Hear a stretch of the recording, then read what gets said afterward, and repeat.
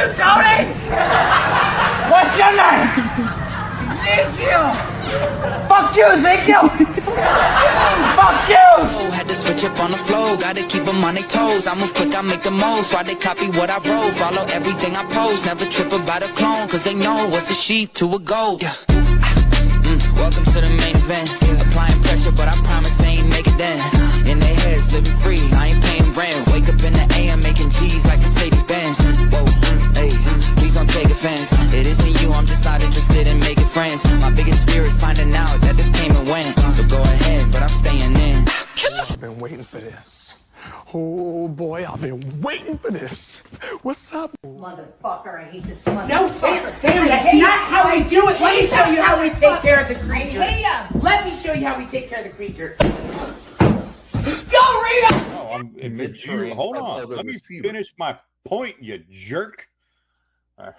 You don't call your dad a jerk. Well, you're being a jerk. The laws of physics do not exist on my charcoal grill. But what's the weirdest thing you've ever killed and ate? Siamese twins. Siamese. What did you say? Siamese twins. But my agent said I may need to get a lawyer after that comment. Oh God, I just got what you were saying. That's not what I meant. Oh man, that is just off the wall bad. We just had one of our guests on, Jason Fry, talking about the Celtics are going to win their 19th championship. So what have you got to say about that? Who this Jason Fry character is, he was talking about doing hard shit. Well, his prediction is bullshit. Okay. All right.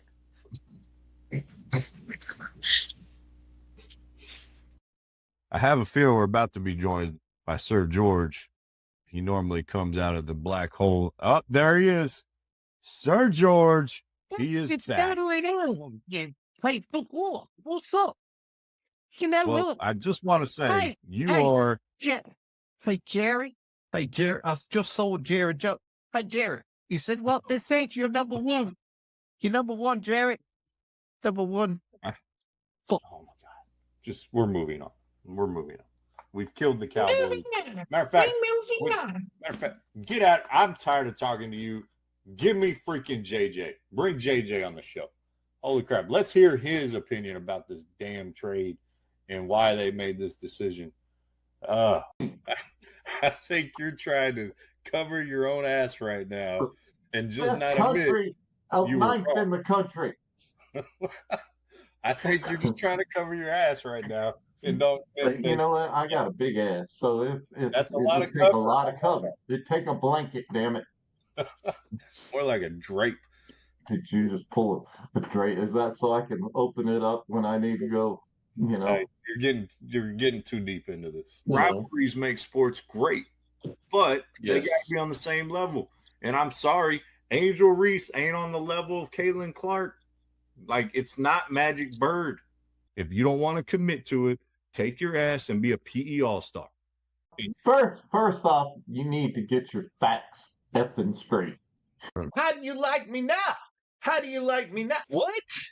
You're the coach. Shut up, dude. All you haters, shut the hell up. Just shut the hell up. Whoa. I won 5 Super Bowls, damn it. How dare you call the Cowboys a shit team? Watch the Cowboys. It'll be fun, they said. Bloody fucking hell, it was no fun. It was like riding a train around one of the Kardashians' asses, and you just disappear into this abyss of ass. Somehow he talked about buttholes that made me hungry for a PBJ sandwich. It's 35-7, and it's only 7 because you just scored. Shut up. And they're playing with sticks, and they're playing with a little puck all the time. Expert analysis right there. They play with sticks and pucks. Trying to grow the game, man. Global game. These people, they don't give a damn. Well, I don't really know, but it drives me nuts. Hmm. You're almost going to laugh. I can see it. Almost fixing to lose it. It drives me nuts. Oh man. Oh, you didn't know? Your ass better call somebody!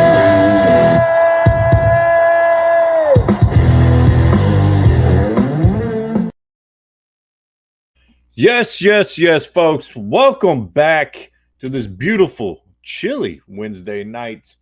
The self-proclaimed best in the podcast game.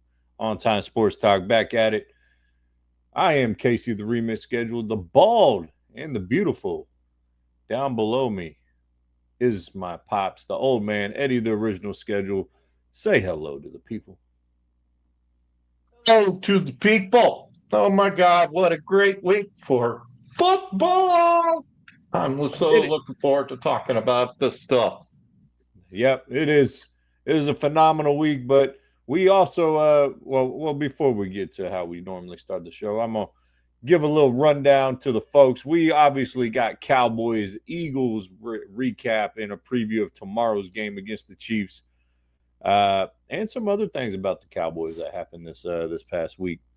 But then we got our NFL roundabout. We're going to get lost around the way, talking all things NFL performances from last week. Then we got the college football rankings and what are the current matchups going to look like and what could absolutely cause chaos. I have a feeling I know. What's up, Kenny? We appreciate you tuning in, man. Appreciate it. We also got a trade. It's not a big Major League Baseball time of the year for us, but the Rangers have made a trade. They're trading away one of their stars. We'll talk a little bit about that. And the NBA Cup has started. We're diving deep into the NBA Cup. Then we got making the most of your moments, and then we got tidbits, randoms, and whiskey of the week, which, if you guess what's in this canter, I will personally send you a bottle you got to do it on your first guess. Alcohol. Yeah, you got to what type of bourbon / whiskey it is. So if you guess what's in the canter, you will.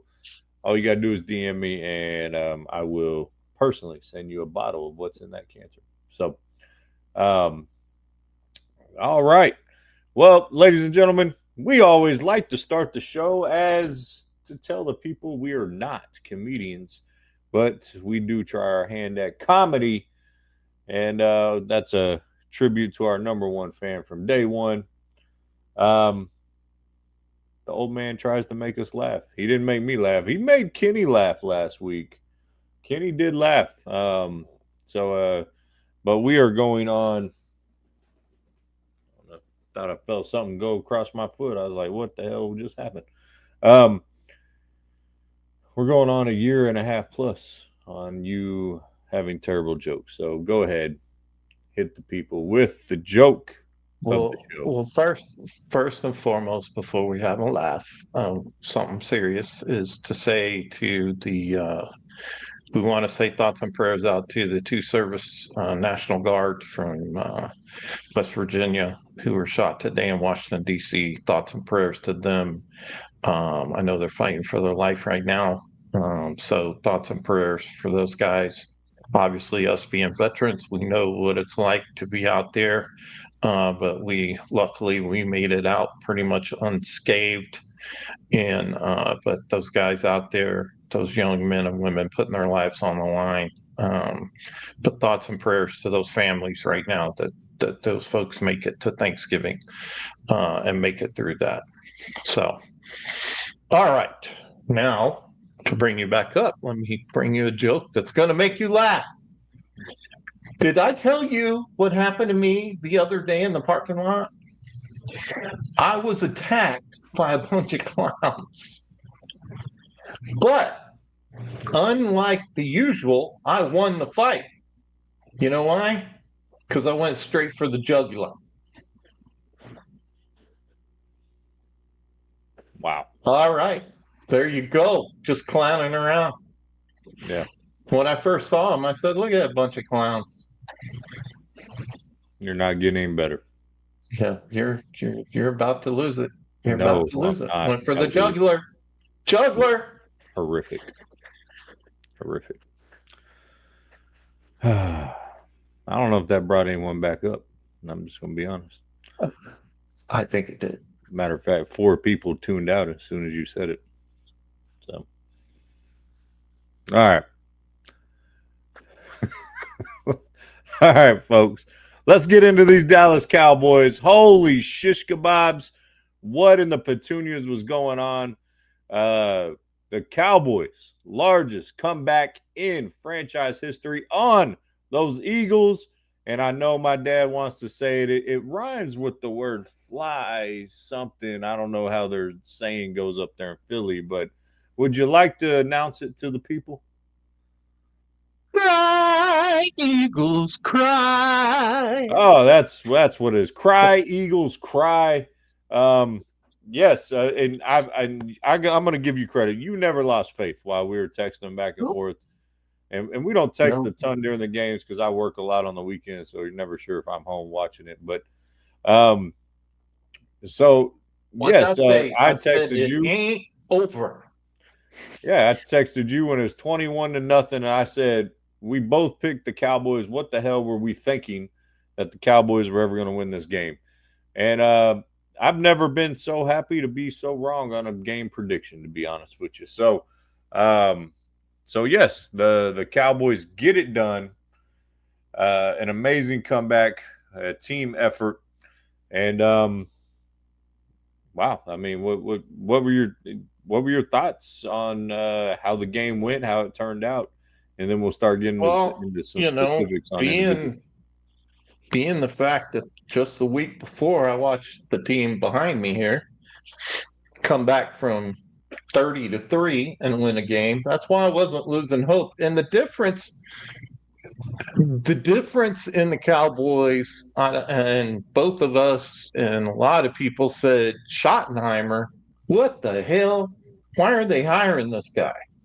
But what I'm going to tell you right now is my hat's off to him. Obviously, I'm not wearing a hat, but I think he has put a new attitude in this team to keep them in the game. Whereas in the past, if they were down 21-0, let's just go back to the Garrett Cowboys.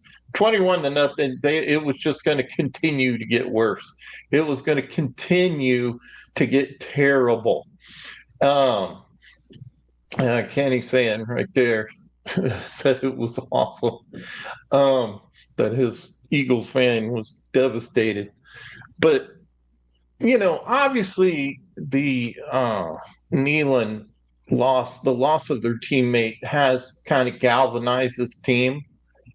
And they're waving that flag and everything, and that's wonderful that they're saluting that to him. And I think you've had a couple leaders on the team, and Dak and Solomon Thomas in the locker room, who have really shown what type of character they have of going through this crisis and this tragedy and coming out of it with a full head of steam. And the fact that they just stayed the course, they didn't get upset, they just stayed the course. And if you've watched any of the mic'd up videos of Dak on the sideline, he's like, "Look, man, it's 21. All we got to get's 1. Then it's 14. We are not out of this yet. Stay focused. Stay focused." And I'll be darned if they did. And this defense, with that shored up defensive line, I just think, all these infusion of these players coming back and the trades. Someone said it that Jerry may have the last laugh, and everybody was making fun of him and everything with all the stuff that's going on this year. But he may have the last laugh Yeah, after all. hold on to that thought, because that's something I want to get to here in a minute. But I want to focus on the game. So you mentioned they come out inspired. I think the team was I think they're a little bit emotionally spent, actually, at the start of that game. When you get down 21-0, obviously what the team has gone through. There's no right way, wrong way to deal with grief. So, you know, you just never know in that situation. So, but I think what really gave it hope was after the first drive. The offense for Philly wasn't like burning it up. You know, that first drive they're hitting AJ Brown. It was like, oh damn, okay, the Cowboys defense was it was the Raiders. Here we go again. And ultimately, they figured out, the defense figured out in the second half, which ironically, both games against Philly, that's how it went for the Phillies offense. They looked great in the first half. Obviously, if you remember week one, they had the weather delay and it just threw everything off for both offenses. But Dallas getting that touchdown right before the half is when I started feeling like, okay, if the defense can come out and get a stop in the first half, and we can even get a field goal on the next possession, then I was the like prayers went to, okay, we can do this, right? So I think it looked it was an interesting ebb and flow of game, but you didn't have the Eagles' offense. We all know the Eagles' offense struggles, and it wasn't like they were burning it up and just driving it up and down the field. It was, it was a couple turnovers by Dallas and good field position and things of that nature that put them in position to score 2 out of their 3 touchdowns. So it was an incredible comeback. I think the big standout, and you text me every time he has a big game, is George Pickens. I think people are starting to have the conversation of, is George Pickens better than CeeDee Lamb? In this game, he was. In this game, he was for sure. Pickens, for some reason, has the yips against the Eagles. 7 drops, I think, this year in the 2 Eagles games. But I'll tell you what, no matter what the records are, it's hard to bet against Dak Prescott now against the NFC East. That dude owns the East. And, we both picked Dallas. We believe they're going to win. I didn't think it was going to turn around like it did on Sunday, but it was fun to watch. It was entertaining. And I think it's something to ultimately build on and have belief going into. You got these next 2 games, they're rough. Now, if the Cowboys lose the Chiefs game, it's not the end of the world. That's an AFC team. It doesn't necessarily matter too much in the standings. The Lions game is what is really on the line when you start talking playoff positioning. So, but you mentioned Jerry Jones having the last laugh, and I had something written down is, do we got to start giving credit to Jerry Jones? You mentioned Shoddy and how his impact. Well, Jerry Jones was the only dude in the league that thought Shoddy should get a shot at a head coaching job, and I think that's been a good hire. The Pickens trade, the Devontae Williams signing, the trade for Quinnen Williams, and the trade for Pickens. And so, and don't forget Logan Wilson in there. So the improvements on the defense, and then if you start going back through the drafts, obviously Tyler Booker, Tyler Guyton, Izaraku, Cooper Beebe, Overshown 2 or 3 drafts ago. Came out of that. That was probably their worst draft in the last 3 years. You had Mozzie, Luke Schoonmaker, and a bunch of guys who aren't on the team. That was the Deuce Vaughn draft as well. But before that, you had Tyler Smith, Sam Williams, Jalen Tolbert, Jake Ferguson, Deron Bland, Damon Clark. So that's just the last 4 drafts. So I think you have to start giving a little bit of credit, even though I think for them to win a Super Bowl, Jerry's got to do something he hasn't done in a long time, and it's spend a little money in this offseason. And I think that to Kenny's point, he says it sure is nice to have them both. But this was what makes me nervous, is that Pickens is playing so well. It's going to be obvious that he needs to stay with the team. Him and Dak have chemistry.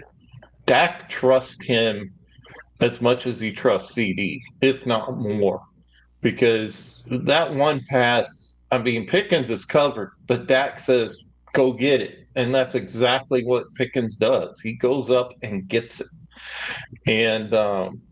And you look at the end of the game. If it wasn't for Pickens to running those slants, I mean, he was killing them on the slants. That's something we haven't seen, at least I haven't seen since Michael Irvin. Aikman and Michael Irvin used to kill teams with the slant. And it's just because, like Michael Irvin said, that ball was perfectly thrown, and it looks the same thing as Dak to Pickens on that slant.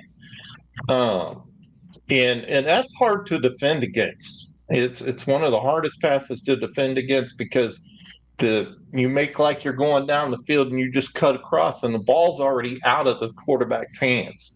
So unless you read it from the get-go, it's really, really hard to stop. I think you're forgetting Tony Romo to Des Bryant as well. But yeah, but I think the conversation and they're going to be able to maneuver. There was a great article. I should have wrote it down, but they talked about how the Cowboys can maneuver to afford all this and keep Pickens. And I think they're not going to do anything before the end of the season. That's obvious. But can't they franchise tag him too? They can franchise tag him, but I don't think he would be happy under the franchise tag. I think he would be an issue under the franchise tag, and I think he's earned not to be franchise tagged. Now they may tag him. He's earned it.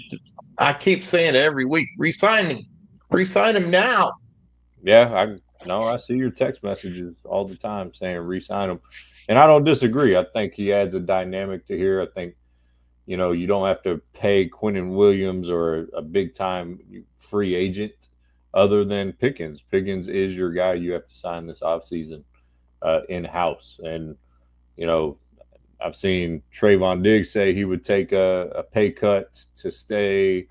Today, I came across that story because I think he's worried about being let go because I think they save a ton of money with him being let go and Robert and Steele at right tackle. So, well, we got the Chiefs tomorrow. The Chiefs are a little bit desperate. I mean, they did beat the Colts on Sunday. But the Chiefs haven't looked like the Chiefs. The Cowboys seem to be on the uptick. What are you expecting to see this upcoming weekend, or not weekend, tomorrow in less than 48 hours, actually? Matter of fact, this time tomorrow, the game will be over. So what do you expect to see from the Chiefs, the Cowboys, and I mean, that's going to be one of our picks. So if you want to kind of give away your pick, you're more than welcome. But I'm interested to see or hear what you think you're going to see tomorrow. Well, I think the Chiefs still suffer a little bit from a running game. And the thing, I think the Cowboys now with Overshawn back, they have Logan in there now, the linebackers that they have, I think they have the ability to contain Mahomes because Mahomes, remember, he's very mobile and will find ways to get out of the pocket and make things happen. So if the Cowboys can contain him in the pocket and get that type of pressure like they had, I mean, they didn't have a lot of sacks in this Eagle game, but they sure as hell had a lot of pressure and caused Hurts to throw the ball way before he wanted to. So I think it's going to be a very competitive game, but I think it's going to come down to turnovers. It's who's going to commit the turnovers. The most turnovers is going to win this ball game. That's how close I think it's going to be. But the other factor in this whole thing is that Dallas is used to playing these short weeks like this. They have experience at it. Dak has experience at it. The Chiefs do not necessarily. This is what I give the edge to the Cowboys. Well, there's two things I give the edge to the Cowboys. It's the fact that they are riding high right now. They have one of the most explosive offenses they've had in years. And the Chiefs defense is a little suspect. So that's one of the things that I give the edge is that Cowboys have the momentum right now, even though the Chiefs had a comeback. But the Chiefs come back. The Chiefs are supposed to be the elite team. So the fact that they're having to come back says a little bit about their team, that they are not that elite team anymore. They've aged a little bit. But I'm giving the edge to the Cowboys because I just think they are on a climb right now. Whereas the Chiefs, I think they've probably leveled out. They're doing okay. But they're coming into a hornet's nest right now. The Cowboys are motivated, they're ready to go. And I think they see if we can just run the table, then we'll shut all those haters up and carry that flag of our fallen teammate on into the playoff. Yeah, ultimately, I think it's going to be tough for the Cowboys tomorrow. Andy Reid is he's probably the best coach in the NFL, especially offensively. I think he's going to find a way to make Eberflus pay for running so much zone. With that, I do like what the Cowboys have been doing on defense a little more. And part of that is you have 3 defensive tackles and you're not letting anybody run the ball. So when you can make a team one-dimensional, it makes it a little easier. The problem is they know what you're going to do on defense when it comes to Eberflus's zone scheme. So it'll be I think that's going to be the key. The Chiefs offense and the Dallas defense. I think the Cowboys offense will put up some points, but will the Dallas defense do enough? Will these guys continue? Well, now Overshown did look better this past game. Running up the middle against the Cowboys for years was, hey, do it every time. That's how you gash them. That isn't there. So with Overshown's speed and some of these other guys that have come back to attack perimeter runs, it makes a big difference. They can chase it down, and you can't run up the middle anymore and put a blocker on, the backside or weak side linebacker flying in there to make the tackle. So we'll see. I think it's going to be really interesting. I think it's going to be a good game. I'll save my pick until we do picks with Pops here in a little bit. But so yeah, I'm excited to see what happens with it. And this is a big 17-day stretch for the Cowboys. They have 4 games. Obviously, the one against the Eagles, Chiefs, and then we got the Lions next. So big time stretch here for the Dallas Cowboys. And yeah, I'm interested to see what happens. If we can run the ball tomorrow with Williams, and if the offensive line can dominate and not let Chris Jones be a game wrecker, I like the offensive chances. So yeah, when one thing happened Sunday, I'm going to switch gears here a little bit. Dak Prescott became the all-time leading passer for the Dallas Cowboys. He passed Tony Romo. Where do you put Dak on the echelon of Dallas Cowboy quarterbacks? He's the all-time leading passer, but I don't think either of us say he's the best Dallas Cowboys quarterback. In comparison to Tony Romo, they have basically the same career to this point. So where do you rank them? You've obviously got 4 to really choose from: Roger, Troy, Tony, and Dak. You could even throw Danny White in there if you like. What do you think? Tim and Tony Romo obviously fall into a different tier. You have the tier 1, which is Aikman and Staubach. And why are they tier 1? It's because they won championships. And that's the thing. is, and I was thinking about this today, or when they showed that stat, even that Dak went ahead of Romo. It shows they are doing more than Aikman and Staubach had to do. And obviously, Staubach was in an era where you didn't throw it like you do because the quarterback was not protected, and even Aikman, same thing.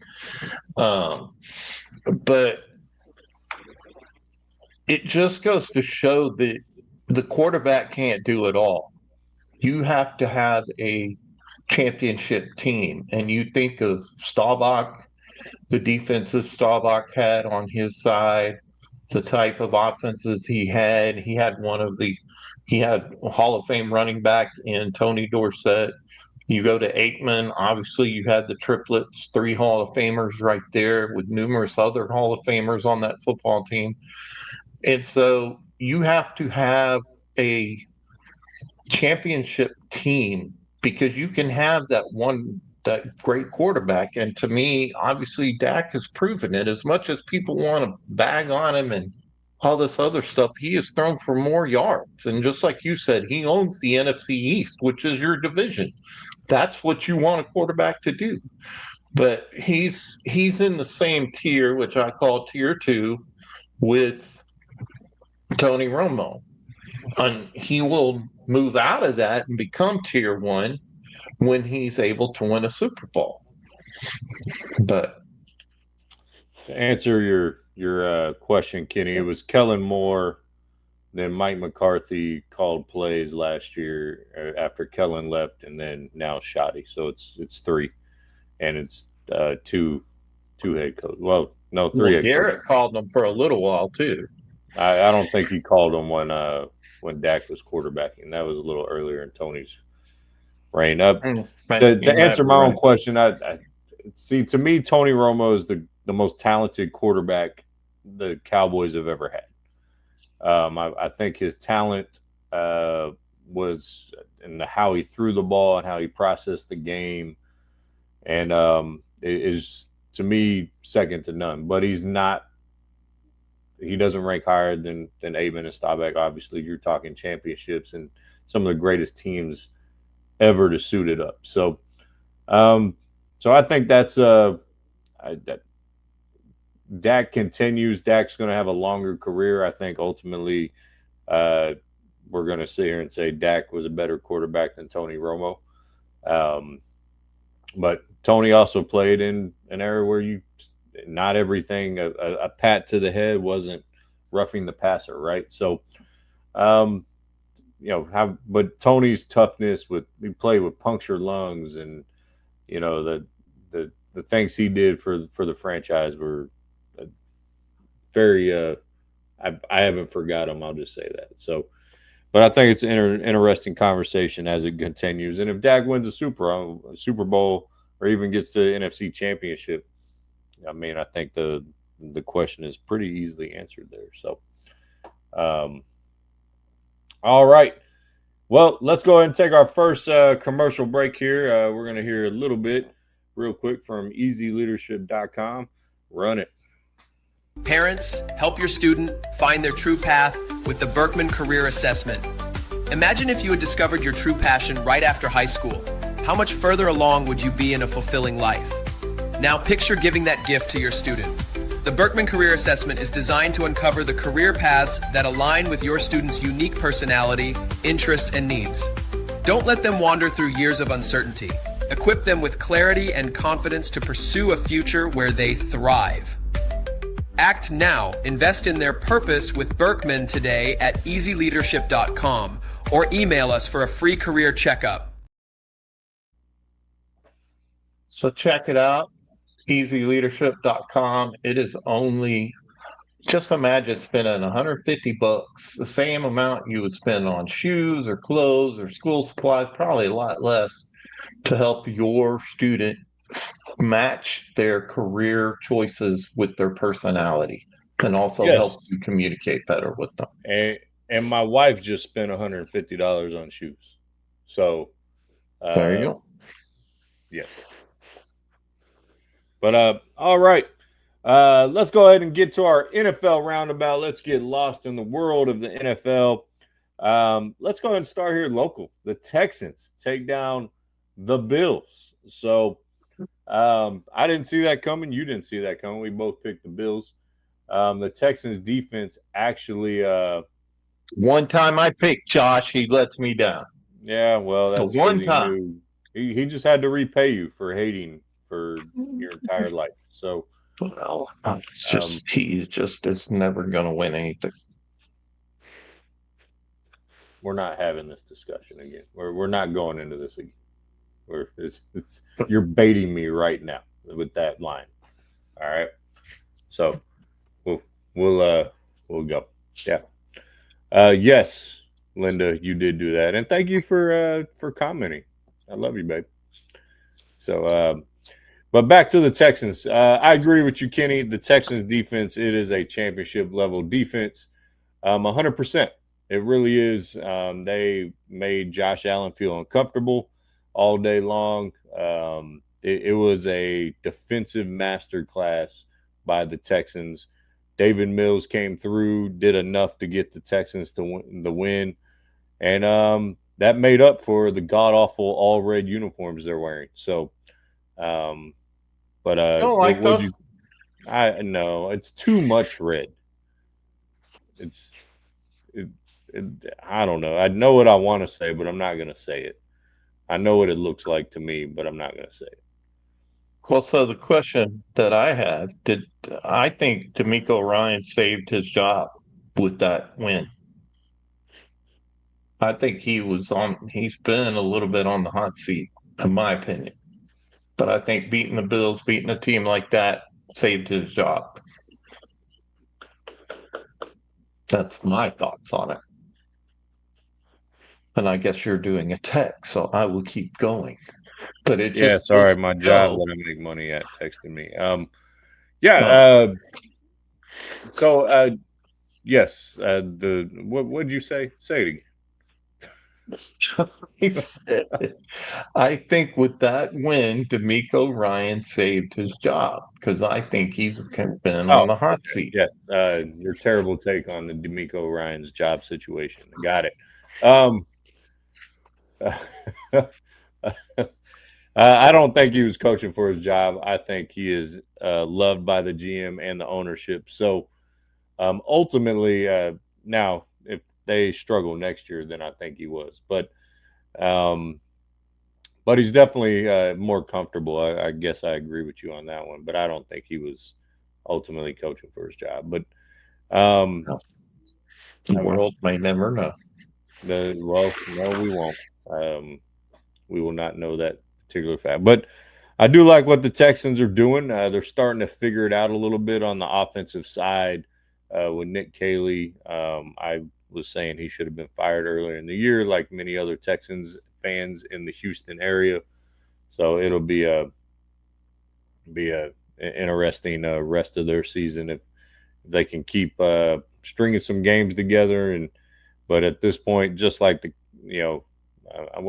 Cowboys have kind of dug out of this hole, but I was going to say like the Cowboys building for next year. I mean, it's still going to be an uphill climb for the boys. But all right, Texans. Let's go to the most polarizing rookie in the league. Shedeur Sanders gets his first start for the Cleveland Browns, gets the win. He was talking a lot of confidence after the win. Does Cleveland have something to be excited about now with Shedeur Sanders? What do you think? They were playing the Raiders. So let's but here's the thing. It's Cleveland, right? And it rocks. I can't think of the last quarterback who's lasted more than a year, just off the top of my head, in Cleveland. Baker Mayfield lasted more than a year. Yeah, Baker Mayfield, but once again, he didn't actually start playing football until he went to Tampa Bay. But I think let's see what he can do. obviously, a lot of people feel that he should have been drafted higher, but hopefully he'll bring a different look to that football team. I mean, obviously they're 3-8, so what there's nothing to lose, right? Except just go out, try to play and win and prove that you should have been drafted higher or you belong as the starting quarterback. Um, I don't think he obviously didn't light it up, but he also didn't make a lot of mistakes, which was the main thing. Well, he didn't light it up as an understatement. He was 11 for 20, Shit. 209 yards, and most of that was on one pass. That was a hell of a play. I'm not taking that play away from him, but he had one touchdown, one interception, so he wasn't clean there, and he got helped out by the running game a little bit. Jukins had 2 rushing touchdowns, but yeah, I just there is something about the dude that it's hard to get behind him a lot of the time. And we've wished him well on this show. Like anytime we've criticized him, we want him to do well. So I hope this is a stepping stone for Shedeur in the right direction. But in being a franchise quarterback and maybe carrying somewhere a franchise, they don't have a lot invested in him, so it's really on him. But if he gets let go from Cleveland, he's going to get a shot somewhere else, I would imagine. And but I was happy for the Browns faithful. I lived in Columbus, Ohio for 5 years. I know a lot of Cleveland fans and a lot of Cincinnati fans. So the Cleveland fans, man, they've been hurting a very, very long time. And I just see the sad, depressed post every week from them on my Facebook feed from the Cleveland Browns fans. So hope he continues to improve, and I hope they can build something out there, because I mean they have an absolutely dominant defense out there. So I really hope they figure it out. But the team I've been riding all year lost. We kind of mentioned this earlier. I've been excited about the Colts, the resurrection of Daniel Jones's career, Jonathan Taylor looking like an MVP candidate, and then they lose to the Chiefs. I didn't see that one coming. Do you think the Chiefs found a little something over the Colts, that'll carry them into tomorrow? Chiefs did what they kind of have always done. I mean, that's Andy Reid. His team doesn't lose focus, and they work hard to stay in the game. But was it? We've talked about Indiana Jones, but now we'll have to talk about No-Show Jones. He just didn't look right in this game. I mean, he did starting out, but then it just kind of looked like the old Daniel Jones of the Giants. But I think this is so. I put this more on the Colts blowing this game than I do on the Chiefs making a giant comeback. Interesting. So, I mean, it was an overtime game. So, yes. Daniel Jones, 19 for 31, 181 yards, 2 touchdowns, no picks, no sacks taken. I think what held the Colts back this game was the lack of running game. Jonathan Taylor, who I mentioned, MVP candidate, no touchdowns, 16 for 58, which is a 3.6 yards a carry. That's not going to get it done. Especially when you have Daniel Jones as your quarterback, who relies on that play action game and playing off the running game. That's when he's at his best. So, I think it was a little bit of a mix, but credit to the Chiefs. Never underestimate the heart of a champion, unless they're playing the Cowboys tomorrow. So, but were there any other performances, things that you caught your eye in the NFL roundabout? Well, there's two. and it was the Sunday night game and the Monday night game. First off, the Buccaneers, unfortunately, Baker Mayfield getting hurt. I did think they would put more of a fight, but man, how good are the Rams? The Rams are just Matthew Stafford is the league MVP in my mind right now, and they just have some of the best players in the NFL in my opinion. And the Rams are a very balanced football team, offense and defense.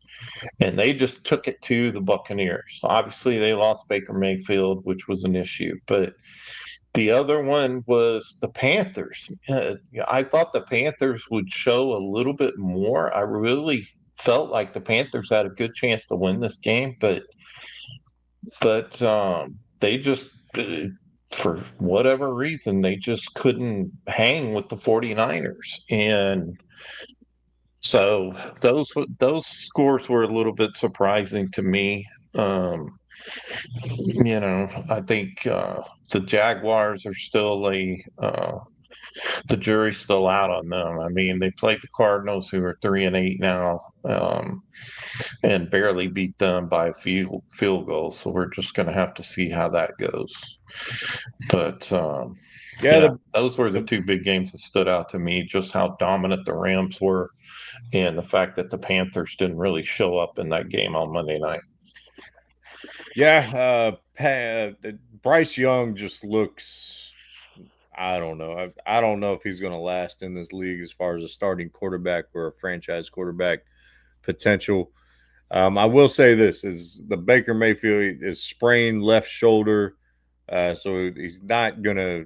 He hasn't been ruled out for this weekend, by the way. So, but yeah, that was a what we would say an old-fashioned ass kicking for the Bucks by the Rams, and I think the Rams are the most complete team overall right now in the NFC.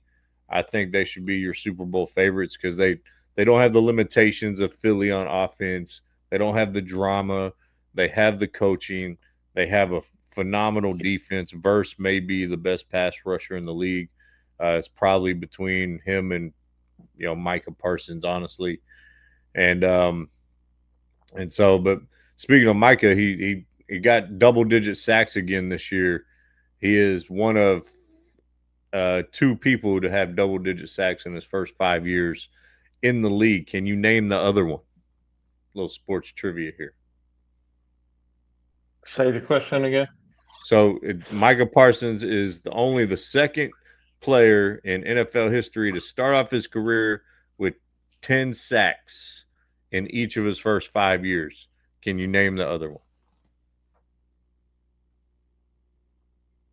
Each of his first 5 years. I'm gonna say Michael Strahan. That is incorrect. It is Reggie White. Oh wow. Okay. Yeah. So I've learned when there's any sack stat, I just guess Reggie White every time. So especially when it comes to records. All right, that's going to wrap up the NFL roundabouts. We got lost in the what? Can I say, nobody's talking about something. Nobody talks about this anymore. But the Madden cover curse has come around quite a few times. And who's on the cover this year? Saquon. Yeah. Last year, he was hurt for most of the year, was a certain guy named Christian McCaffrey. The year before that, I don't think it really affected Josh Allen in 2023. But so nobody's really talking about that anymore. The players still want to get on the cover of Madden because look at Barkley. No one saw that Barkley was going to fall off the map like this. Yeah, I mean, I guess that's a conversation we could have had on what's wrong with Saquon. I don't know if anything's necessarily wrong with Saquon Barkley, even though I think getting 480 touches in a year is going to take its toll, which is what he had last year between regular season and postseason. I think the offensive line is not as good. Obviously, Lane Johnson being out, he's been nursing injuries all year. Kelsey retires, and the line just hasn't looked the same. And I know you don't like him. I know you say he was not a good offensive coordinator, or he's not a good head coach, and head coach is to be determined. But Kellen Moore has had multiple number one offenses in this league, with the Eagles and the Cowboys. So he was doing something last year. There's lots of guys who are good coordinators, but they shouldn't be head coaches. And we see that. I know that, but you didn't like him when he was a coordinator either. So, well, not when he was in Dallas, and he took the Chargers from being decent to the bottom of the league. Well, he didn't have a good year with the Chargers, but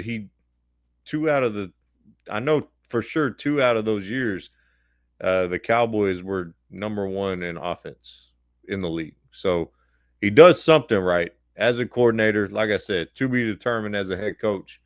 We'll see where that leads. So let the Kellen Moore saga continue after this year. So, all right, we're going to take our second break. When we come back, we're going to talk a little college football rankings. What happened last week? Not a lot of big games last week. I mean, hell, A&M was playing Samford. I could have suited up and beat Samford. So we're going to talk a little bit about the bracket and where the matchups would be right now as well.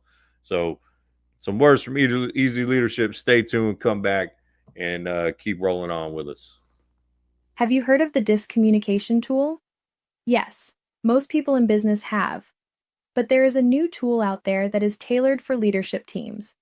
It is called the DISC Work of Leaders and focuses on 3 main areas: vision, alignment, and execution. This amazing assessment is not just a game changer. It is a business strategy necessity if you want to create sustainability.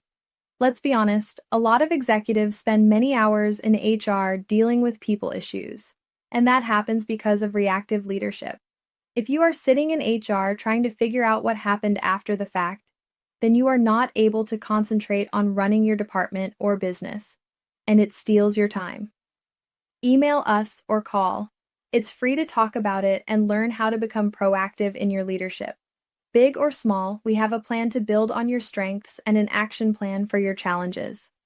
Join Eddie Schedule, our CEO and founder, for a quick video on what a report does for you. Head over to our website and scroll down to see this amazing video of the DISC Work of Leaders tool. Thank you for watching, and we look forward to hearing from you. EasyLeadership.com. Call us. We will get you set up, get your strategic framework set up for the next year, based on real data instead of just guessing.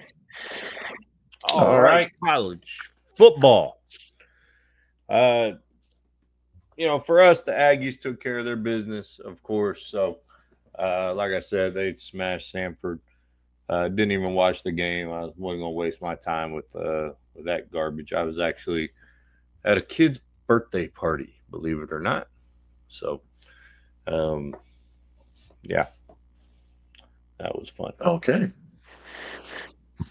I watched the game. I mean, it was good to see because the backups got a chance to play in this game, so you could see a few of the future for the Aggies there. Yeah, they're all going to transfer like everyone does. So I don't think people are going to transfer from A&M. A&M's one you want to stay at right now. Yeah, we'll see. There wasn't many games that really hit the slot or hit the waves last year. I know Oregon, I think was Oregon playing? They were playing a ranked USC. Yeah, they're playing USC. So I know their coach was talking a little smack. Oh, we didn't take a bye week this week or whatever. And is what it is. This is typically how it is every year. Is you kind of get a cupcake semi bye week when a lot of these big time programs play. How about Notre Dame? Notre Dame and Syracuse, 70-7. That's a Well, football score. that's not a 70 to that's at least a Division One program they played that they smashed. Like, but 70. But the current college football rankings, I'm going to throw this up on the screen. This is what we got currently, if it would happen. And this is going to change a little bit. You got some rivalry games this weekend: Ohio State, Michigan, Texas, Texas A&M. I think the Iron Bowl is this week too. Auburn, Alabama. It's rivalry week. Yeah, for sure. So what we got is, by the way, you're a little down in your picture there. You couldn't even. There you go. I was like, all I could see was the top of your head. So there we go. All right. So this is what you would get. The first round buys, the top 4 seeds: Ohio State, Georgia, A&M, Indiana. Any of these potential matchups, which one in the first round intrigues you the most?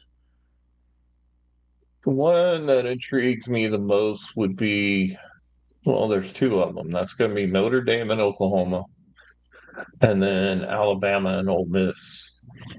You know, obviously you've got a lot going on with Lane Kiffin. What's going to happen? Is he going to leave? Is he going to stay? I think he's going to leave, but we'll see what happens there. But those would be 2 of the biggest ones to me: Notre Dame, Oklahoma, and then Ole Miss and Alabama. Yeah, obviously the closest matchup there is Notre Dame, Oklahoma. That defense versus Notre Dame's running game, I think, would be really interesting to see.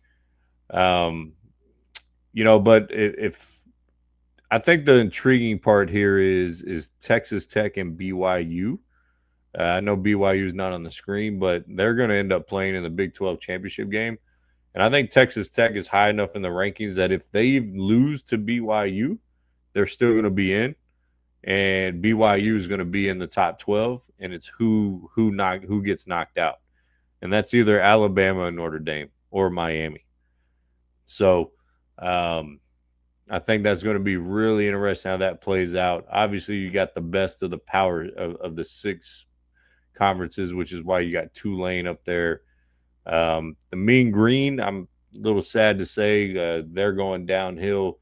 Their coach is going to Oklahoma State, and then their quarterback has said, I'm not playing in the conference championship game or whatever bowl game they go into. So Mean Green going down pretty quick after an amazing season up there in North Texas. So, but in this current bracket, Damo was on the show, was commenting a lot on the show. We don't want that matchup. Well, in this bracket, we wouldn't see him till the championship game, which that would be a hell of a lot of fun. And we're going to have to either bring Damo on the show or we're going to have to start making some bets on what's going to happen between us and him. But yeah, I think, and with it being rivalry week, man. Yeah, I still think the best rivalry game in college football is Ohio State, Michigan. Like we talked about this last year, and we kind of like what are the best rivalry games? Obviously in basketball is Duke, North Carolina, but in football, it is Ohio State, Michigan is the best one to me. Second is Army, Navy to me, and then it's Texas A&M, and then Texas OU. So with those 2 teams, and Michigan is a solid team this year, you just throw out the records, and you just never know what's going to happen.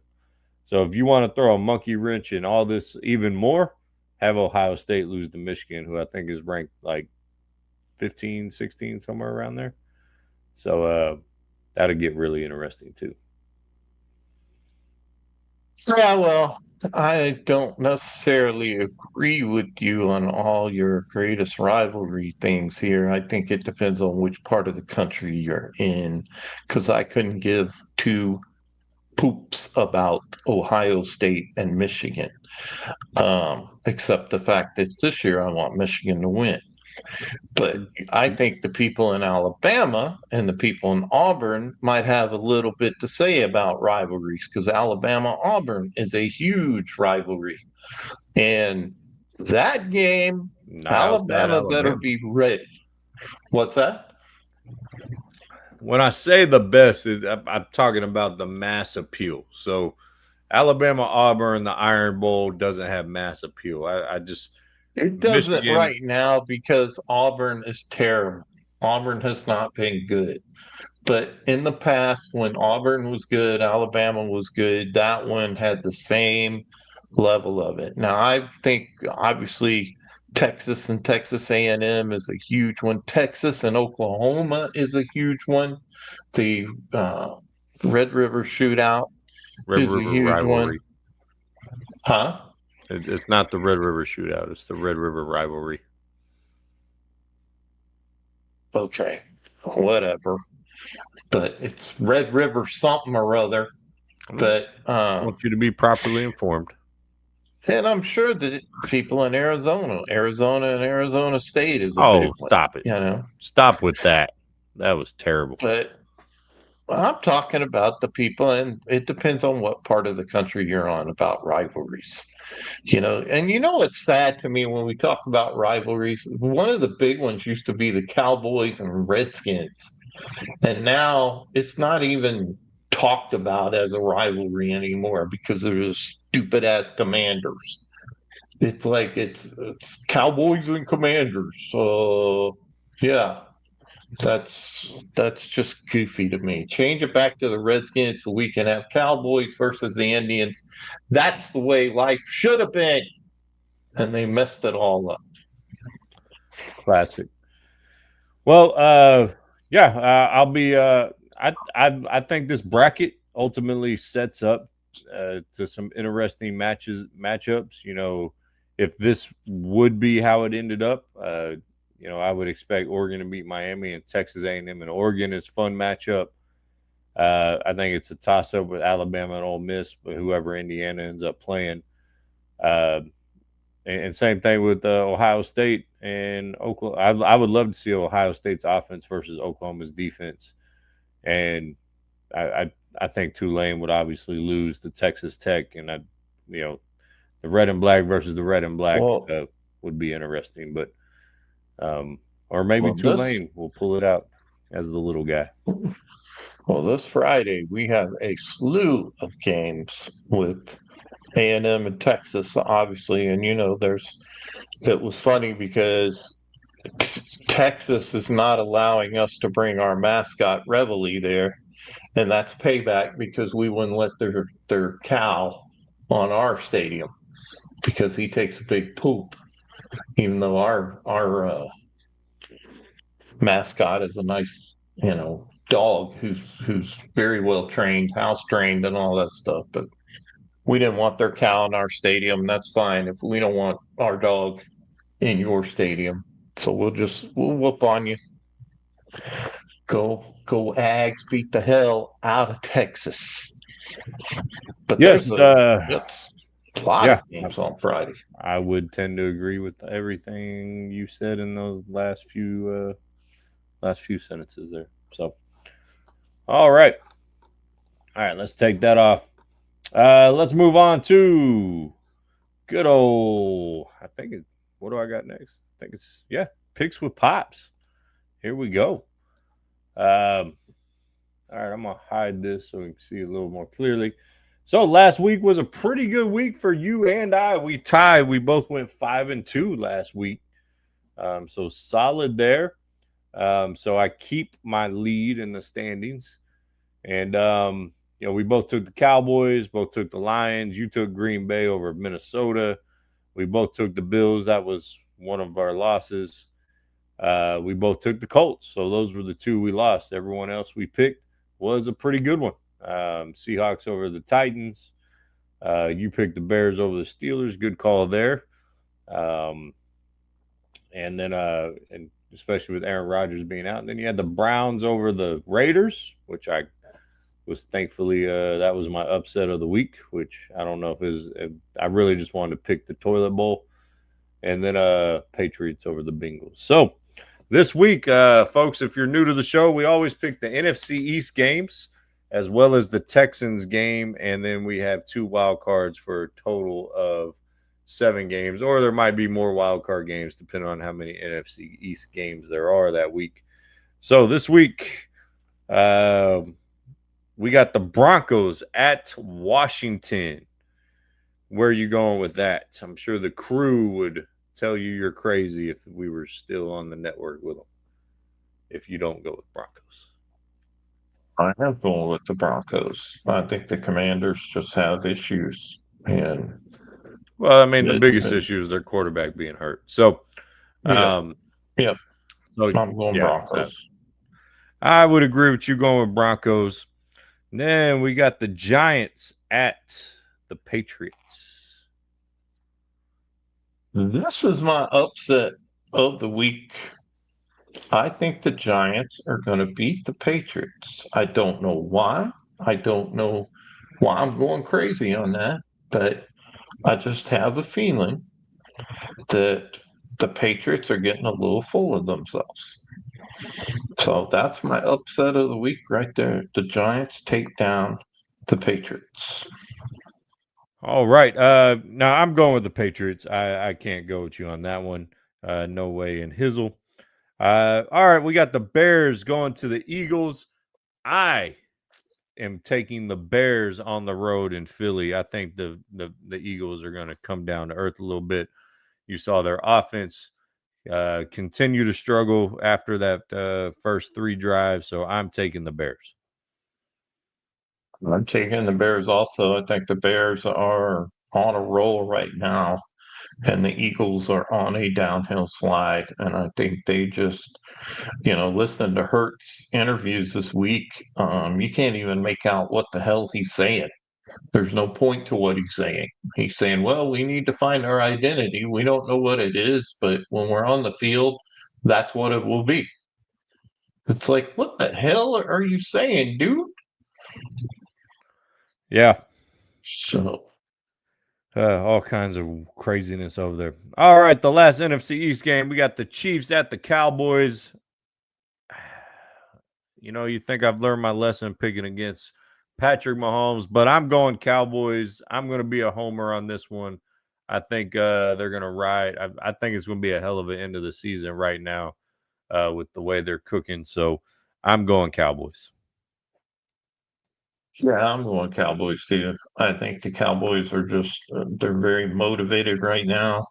I think they're galvanized. I think this win does a lot for their confidence. And I just think this defense is better with the people that the trades, obviously, and getting some of these players back. I just think that defense is what's going to make the difference. And obviously, with Pickens and the offense, I say the defense, but the offense is red hot right now. So, yeah, I'm going Cowboys.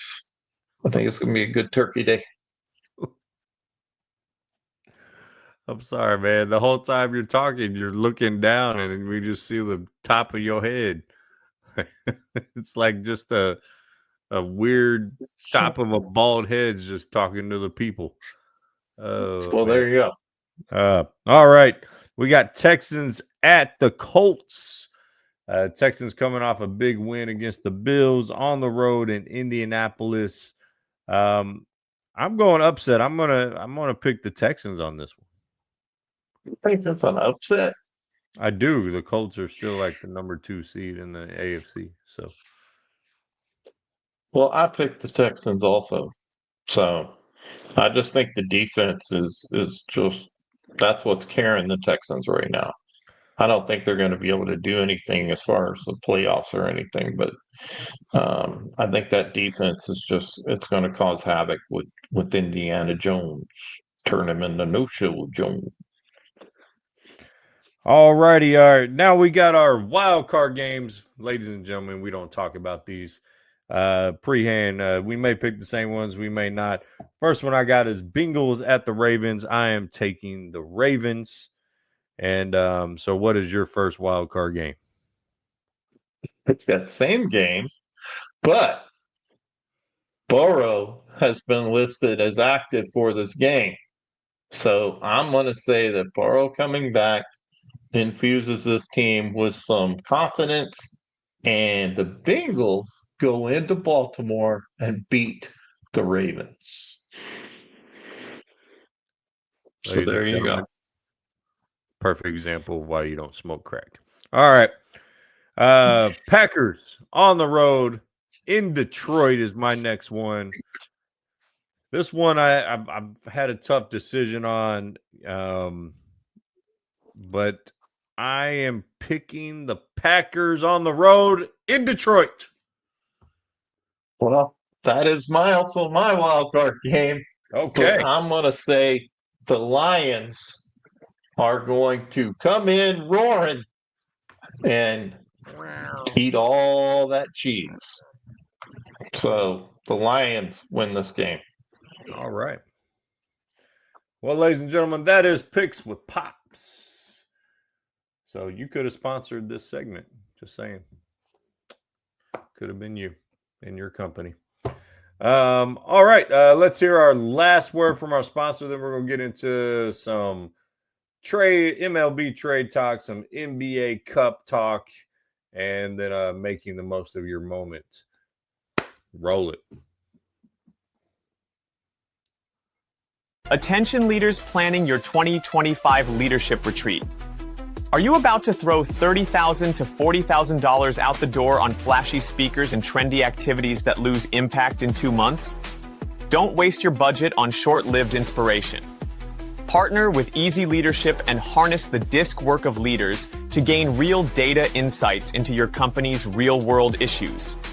We'll uncover your team's strengths and tackle critical challenges in vision, alignment, and execution, creating a strategic action plan that drives lasting, measurable results.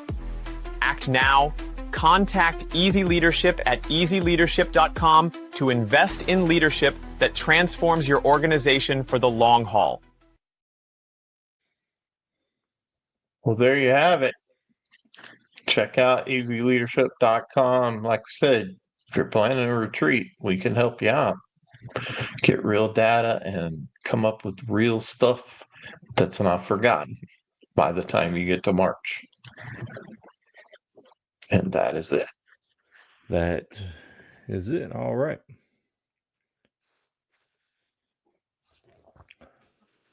All righty. So the Texas Rangers, like I said, we do not talk a ton of Major League Baseball this time of the year, but it is that busy time of the year for trade signings, those type of things. And the Rangers said they wanted to shed payroll. They did that a little bit, but at the end of the day, they still added $20 million. They traded Marcus Semien, the Gold Glove. He won a Gold Glove this year, but he struggled at the plate. The second baseman for Nimmo from the Mets. It's an offensive upgrade, especially based off of last year. And I think it says the Rangers aren't necessarily giving up, but they shedded about $5 million a year. Now they added, I think, an extra year longer than they would have had Semien. But I think it was a smart move, a good move. I know you're not a big in the weeds baseball guy, but Nimmo, hit almost 30 homers last year, almost 100 RBIs. Will end up playing second base for them, and I think it was a smart move by the Rangers. So I'm not sure if you have a take on this, but that was the one Major League Baseball story I wanted to get to. I don't really have a take on it. It's way too early for baseball, and I'm an Astros fan. So, yeah, trader. All right, moving on. The NBA Cup has started. Are you excited? The what? The NBA Cup, the in-season tournament to win the Commissioner's Cup, has started. Have you been watching? Have you been like, oh my God, I can't miss a game? Yeah, I can tell you more about what's going on with the WNBA right now than that. which is nothing because the WNBA is irrelevant. So it's about as irrelevant. Actually, they just picked their USA team. So Well, there's the stuff going WNBA on with doesn't women's pick their basketball that actually matters. No, the USA women's national team picked their team. The WNBA Yeah, did that's what not I'm pick talking the women's team. I'm just. Do they play in the WNBA? The women that are on that team. The U.S. women's national team as a team does not play in the NBA or WNBA. In the WNBA. No, they as a team they don't. They're individuals from WNBA. I'm not saying as a team they're goofball. I'm saying the players. I mean, they don't play in the WNBA, but they don't have a team that's called the team. Duh! it's an irrelevant sport, man. Just accept it. It is I know not irrelevant. Just follow your girls Sailing on is social irrelevant. media and be happy. WNBA is not irrelevant. I'm gonna sick Sophie on you. I mean, feel free, but people like individuals. She will throw you down and then step on your head. And she'll probably break her ankle in the process. So, and why are you pinning me against Sophie? I like Sophie Cunningham. I'm just saying the league as a whole is irrelevant. No, it's not. They still didn't make money this year. They're never going to make money. Then they're irrelevant. They are not irrelevant. Anyway. The ladies need to have a sport that they can compete in. Do they need to have if it was any other league that isn't subsidized by the men's league, it wouldn't survive. It's a league that's folded twice. We know that. But we have America's team in the Indiana Fever. I got a fever your team. For the Indiana Fever. It's your team. They're going to win the championship this year. Mark my words. Sophie, Caitlin. That league does all it can to push down their star. So, just ridiculous. Keyword, I said star. Not stars. They only have a star. So. I would not say that. I didn't. Name me another one who has mass appeal. I mean, some people are going to say the Reese girl, but I don't know. No, Reese does not. Reese needs to stop going out on these freaking fashion things or whatever. Put her damn clothes back on. Learn how to play basketball. Ooh, controversial take there. Yeah, well. All right. She needs to start working on her game and stop her wanting to be popular, correct? Well, she's only making $80,000 a year in the WNBA and said, I will not accept my raise to 300,000+ a year. So I hope they sit out and you're just going to realize how irrelevant it actually is. So it's going to do irreparable damage to that league. Just like when hockey held out in the mid 2000s. It's finally recovering 15, 20 years later. So, all right. Anyways, I will say this about the NBA. Yes, the NBA Cup is stupid. I can't stand the midseason tournament. But I will say, I hate to admit it, but the Lakers are looking good. Skinny Luka is looking like an MVP. LeBron came back. He had his best game last night. And Austin Reeves somehow has turned into a beast. You know, I just don't understand how a league of the greatest athletes in the world, because I do think basketball players are the greatest athletes in the world, is being dominated by slow white dudes. So I really don't get it. Did you just say basketball players are the greatest athletes in the world? Yes. 100%. Are you kidding me? I'm not kidding you. You have a guy on the Thunder, looks like he hasn't ate ever in his whole life. He maybe had a bean. And you also have a offensive lineman on said random NFL team who has eaten too much, and you're going to call him an athlete. No, I will say that there are Olympic athletes that are way better as that far are as that are very gymnasts. specified in their skill set. Specify. Oh, basketball is not specified. Basketball is the most transferable set of skills to any other sport there is. Shooting a ball through a basket is a transferable skill. The hands, the feet, the level endurance, the athleticism, the jumping, the running, dude, it all translates to every other sport on a very high level.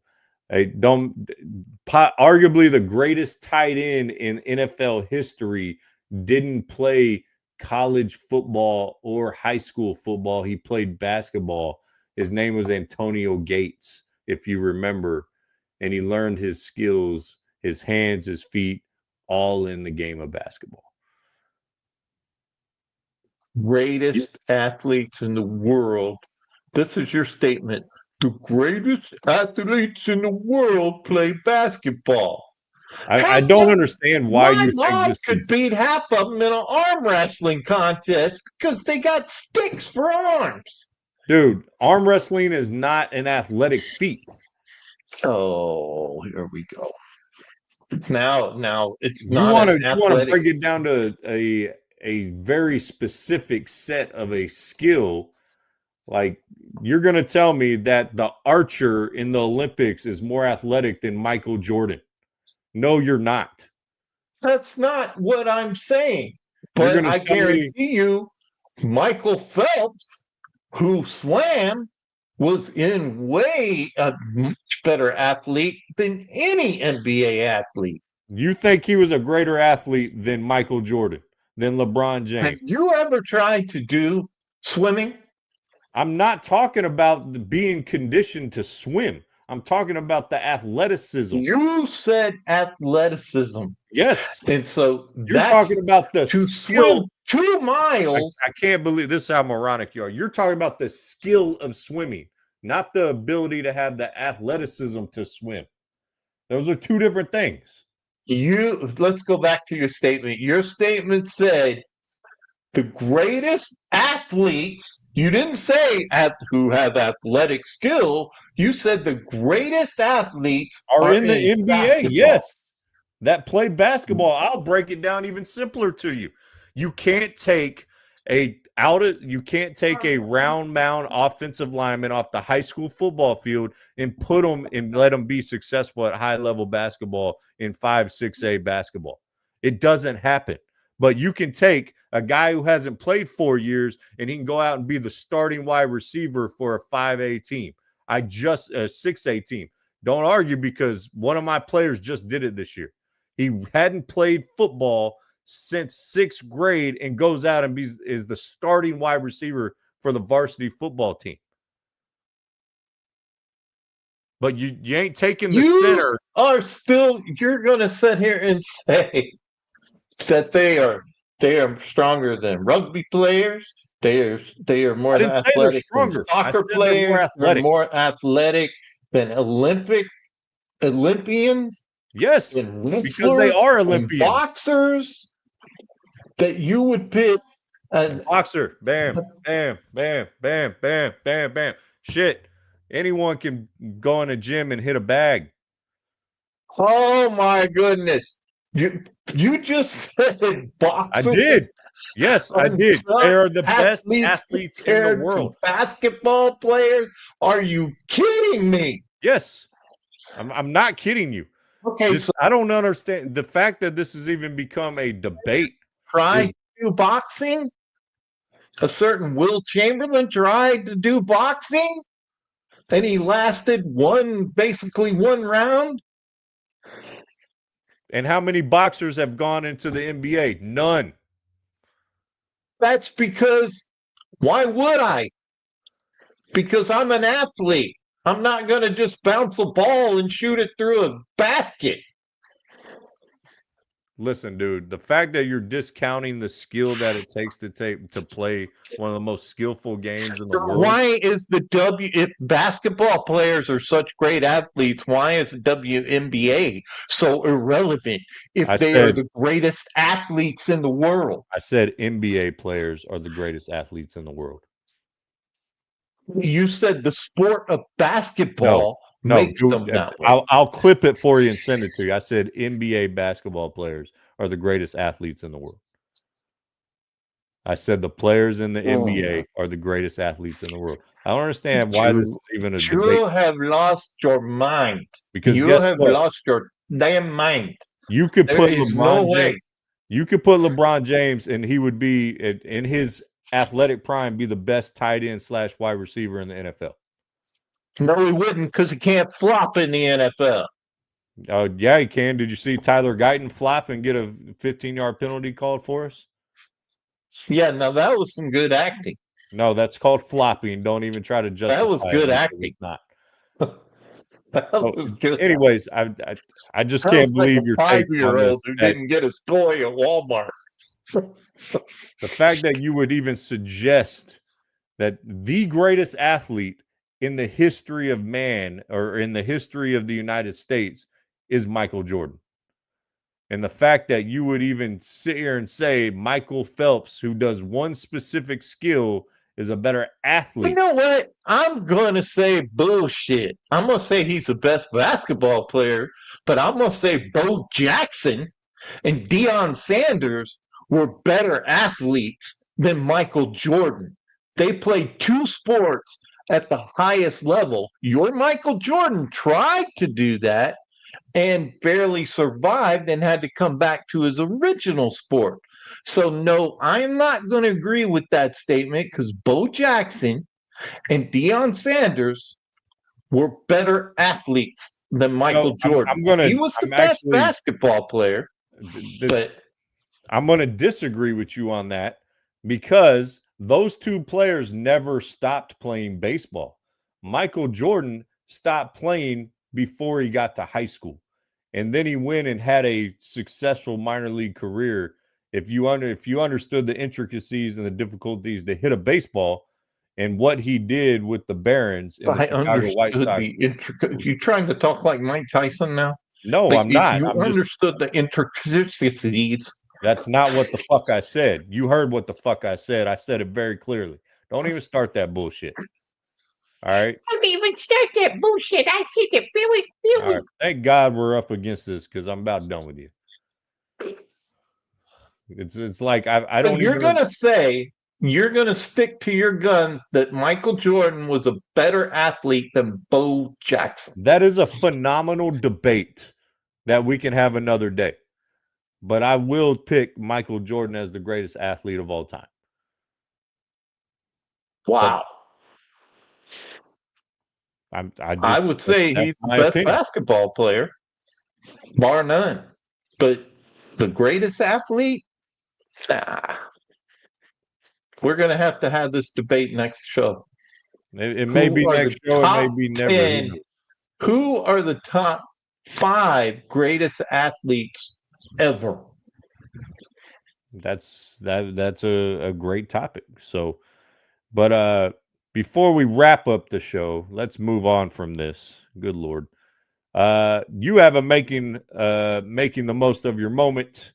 It's a good one. I love it. And go ahead and show the people the making the most of your moment segment tonight. Well, it has to do with Elijah Clark, undrafted free agent.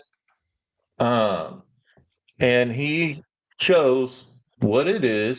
I don't see it on the screen. Where is it?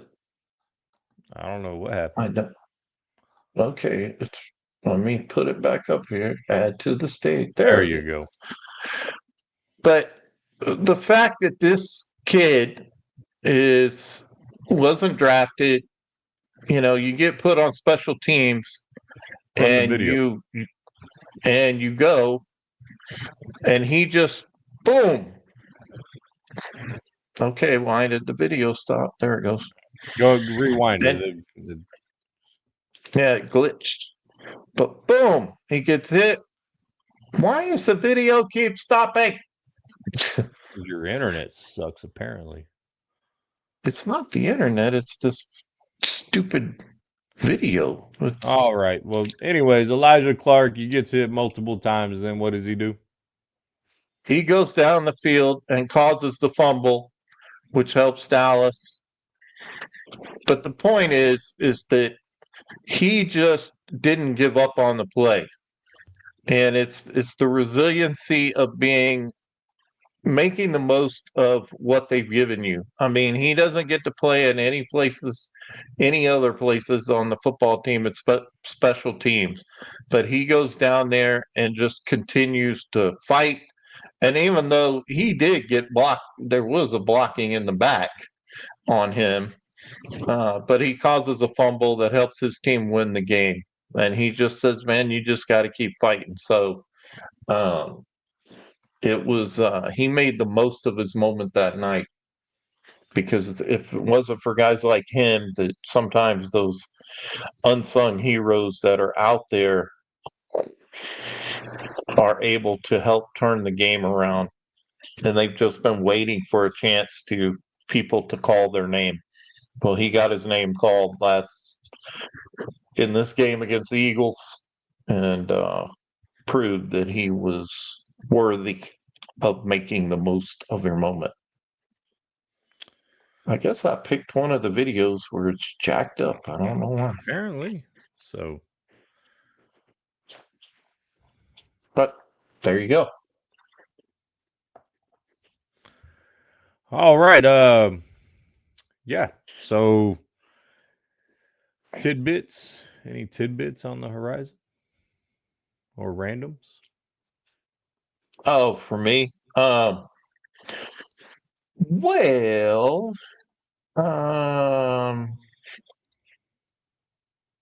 not a whole lot, to be honest with you. My tidbit is I really hope Lamb gets it together tomorrow. I mean, I do think I like Brandon Cooks. He's a player that I think he's a good guy. He just hasn't had the greatest NFL career, but he just signed with the Buffalo Bills. I actually think that's actually going to help them. But congratulations to Brandon. I'm glad you found a team. And then, like I said, tomorrow, I think I really want CeeDee Lamb to bounce back. It's weird. He had that same issue against the Eagles before. It's just weird that he's having those problems. But so those are just kind of my tidbits right now. Yeah. Only thing I got is this guy right here commenting. Can someone message me from here? You're posting in my group. One, I don't even know who the hell you are. And then it took me some research, and you have a public group that is a sports group that the Tired Sports Network is a part of, and don't make your group public or don't approve the post if you don't want it in there. So how about instead of commenting and crying about it, you just take care of your own business, Will? That's my tidbit. Well, maybe he's not crying about it. Maybe he wants to promote us. Be nice. No, he literally said you're posting in my group. So I found what group it was, and it says it's pending admin approval. Then just delete it and move on. Like I was sharing every group with Tired Sports Network because maybe like I said, maybe he's wants to post. No. Maybe he's just trying to get to know you. You're being all negative and stuff. You don't know that. You're just trying to be Mr. Optimism. Will, contact me. I'm the nice guy. I'll see if you want to promote us in there. We'll let you promote us. He's not promoting because he didn't approve the post, dude.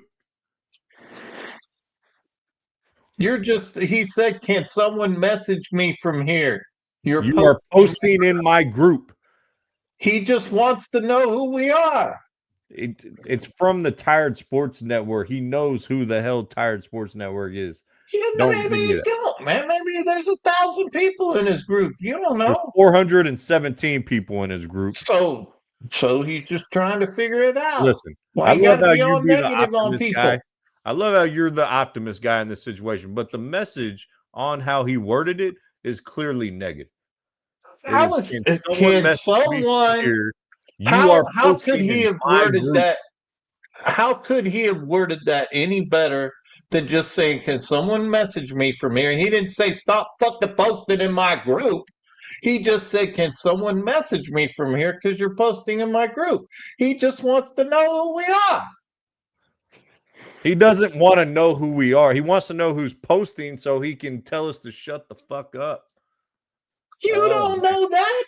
You don't even know the guy. You know what? I'll send you the group and you can message him and you can you can hold hands and sing Kumbaya with him tomorrow. I'm not gonna do what you do with Josh Allen. Listen, you and Will can Malakowski Jr. All right. All right. All I'm saying is the guy didn't say anything negative. He just said, "Can you message me?" He said, "You are posting in my group." That's what he's saying. It's his group and we're posting in it. He's got a problem with it. It sounds like you got a problem with it. It He didn't doesn't have no matter problem. because He's Tired just trying to Sports get to know Network you. is no You more may have after missed tonight. the biggest opportunity we ever had because maybe he likes what we're posting and he wants to know us. Yeah. From a group with 417 people, we're missing the biggest opportunity we've ever had. There's 417 people that might get interested in what we do. If he wanted to promote us, he would have shared the post, dude. It's still sitting in admin approval. I just think you're being all negative on people when you could have just messaged them, "Hey, we are this and this, and so I'm not wasting we my do a time sports with someone podcast." like that. But you just instantly attack the guy. All I said, you're the one who pushed me to this. I pushed you. Yes, You're the one who you put kept it as your pushing this tidbit. idea. If You I'm put it being as your negative and all this, I tidbit. said, take care of your Whoever own this business. motherfucker is, posted in his group. Shut the fuck up. That's basically what you said. That's not what I said originally. Okay. But if you have your own Facebook group over here and you don't want people posting in it, then make it private. But maybe you want to meet people. Maybe that's why he wants more friends. He doesn't want to. Please He would have message messaged me directly. He wouldn't have commented on the feed. You're so mean, man. You're so mean. You go to the negative on him all of a sudden. Motherfucker said, "Well, post in your group to just delete that shit." If you wanted to promote me, you would scan the screen here and contact us and DM us. You wouldn't post it on that. You wouldn't comment on that. All weird and shit. Okay. So weird and shit. Will, Can someone message? He didn't say, "Hey, can someone message me here?" You don't know the Because tone I he was want to saying it in. You don't know the tone. He might have been saying, "Hey, can someone message me from here?" He said, "Hey, I got some balls here. I want you to message me in my group." Listen, hey, you ain't got to worry about it anymore anyway. That post, that sharing was from Tired Sports Network, which this is the last episode that'll be airing for Tired Sports Network. We are dissolving Tired Sports Network. We will be on our own. Maybe something will happen in the future. The two founding members, you know, they let it go, and then we just kind of you know, didn't work out. So I wish sorry in advance all the best of luck. I wish Nick and his wrestling show. Do you wish Will Mikowski Jr. the best of luck? I'm not gonna wish Will Mikowski Jr. anything right now. Okay, you're baiting me again. You're being a jerk right now. So I wish the crew all the best in the world as well. And you know, if Dustin ever gets back in the game, I wish him well as well. We are going to miss y'all. Even the Philly show, we're going to miss you. Well, we're probably still going to do some cross promotion and be on each other's podcast, but we're all just going to be solo for now, and I think it's in everyone's best interest. So coming soon. OnTimeSportsTalk.com is going to be coming out here in the next few months. So where you can get merch like this that I'm wearing, as well as our stream and any information about us. So, with that being said, I'm excited to see you at Thanksgiving dinner tomorrow.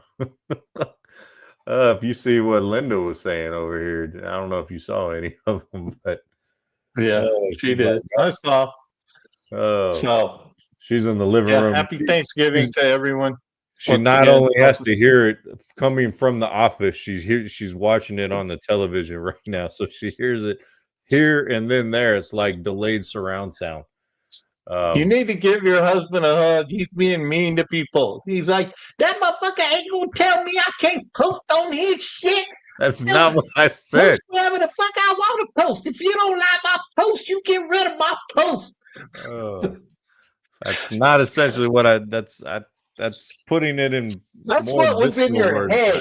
It didn't come out of your mouth that way, but that was that little dude in your head. Listen, you can't be telling me I can't post, motherfucker. I'm just saying, man, if you have your own Facebook group that you let people in and you are whining about them posting in it, don't have a Facebook group.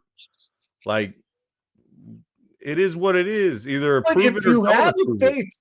Facebook group, maybe you just want to meet people who's in there. Maybe he's like it's literally like, hey, I want to meet you. I want to meet you. I want to meet you. No, he doesn't want to meet us. Listen, you don't know that. I do know that, or he would have already commented again with something else. It's a sports debate page. Like, that's what we do. And you don't want it shared. That's maybe why it's like, hey, these guys are great. Could you message me because you're posted in my group? I wanted to find out who you guys are. But no, you're like, that motherfucker all weird. Tell me I can't be posting in his group. I'll kick his ass. Get that. Fine, just delete me, motherfucker. Well, I will say, based on his profile picture, it'd be pretty easy to kick his ass. So, not worried about that. Damn, see, I'm sorry, Will. He does not reflect the opinions of this entire show. Well, I am the founder, CEO, COO, every C with it. Creator, producer, writer, all that. So whatever sliver of the show you represent, I guess I don't represent that part.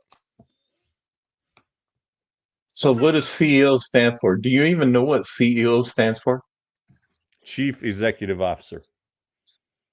Actually, it stands for crappy, energy, elusive. Elusive. Where I'm going with this.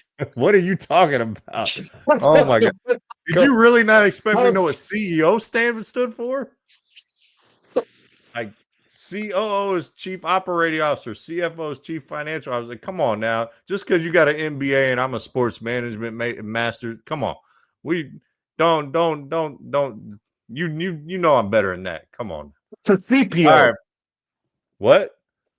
What's a CPO? Oh, that's a good one. Actually, I don't know that one. Chief Payroll Officer. You don't know what a Chief Petty Officer is? Oh, I was thinking business, man. Actually, it's called a Chief People Officer or Chief Program Officer. See, I got you. You. Don't be posting in my group no more because you don't even know your damn acronym. All right.